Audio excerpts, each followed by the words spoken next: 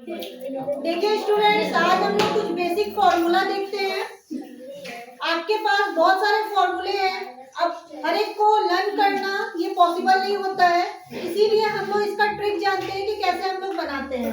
तो देखिए क्या करते हैं, जैसे कि हमारे पास है कैल्शियम ऑक्साइड।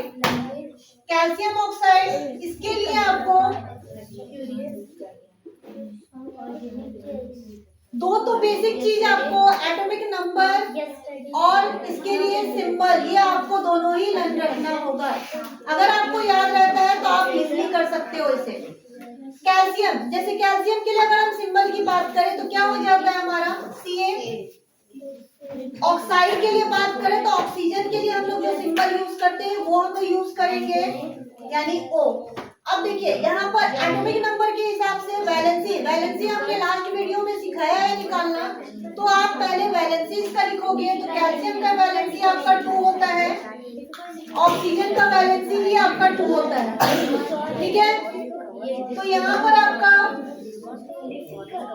क्रॉस कर लेंगे हम लोग क्रिस क्रॉस मेथड से।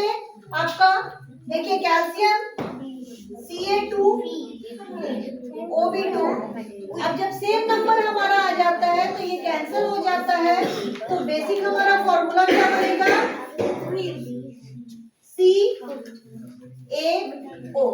ये हो गया आपका कैल्शियम ऑक्साइड। इसी तरह से अगर हम बात करें मैग्नीशियम क्लोराइड की,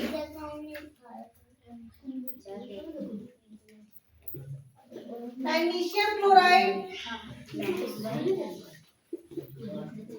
चलिए मैग्नीशियम के लिए हमारा क्या हो जाता है सिंबल Mg, क्लोराइड के लिए Cl। अब देखिए मैग्नीशियम की बात करेंगे तो इसके लिए हमारा वैलेंसी हो जाता है क्या 2, और क्लोराइड के लिए बात करें तो वैलेंसी हो जाता है हमारा 1।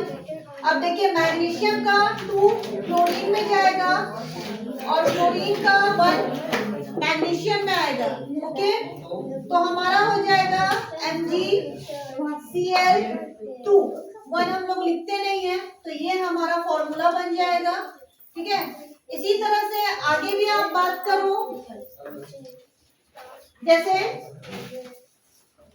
आयरन सल्फाइड,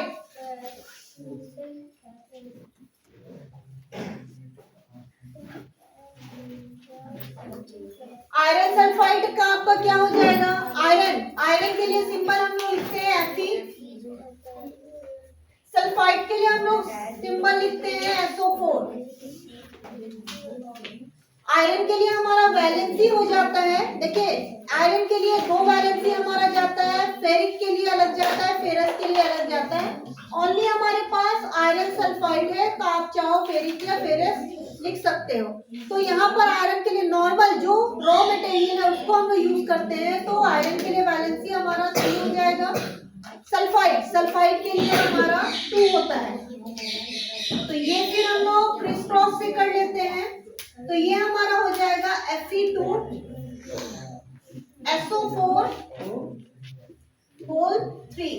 जब भी हम लोग एक कंपाउंड को एक साथ लिखते हैं ना, तो उसके लिए जब वैलेंसी हम लोग देते हैं या नंबर देते हैं तो वो हम लोग ब्रैकेट में करके देते हैं, वैसे खोल करके नहीं देते हैं। अदरवाइज वहां पर आपको नजर आएगा कि ऑक्सीजन के लिए वैलेंसी बस है, जबकि यहाँ सल्फाइड के लिए, टोटल सल्फाइड के लिए दिया हुआ है, ओके।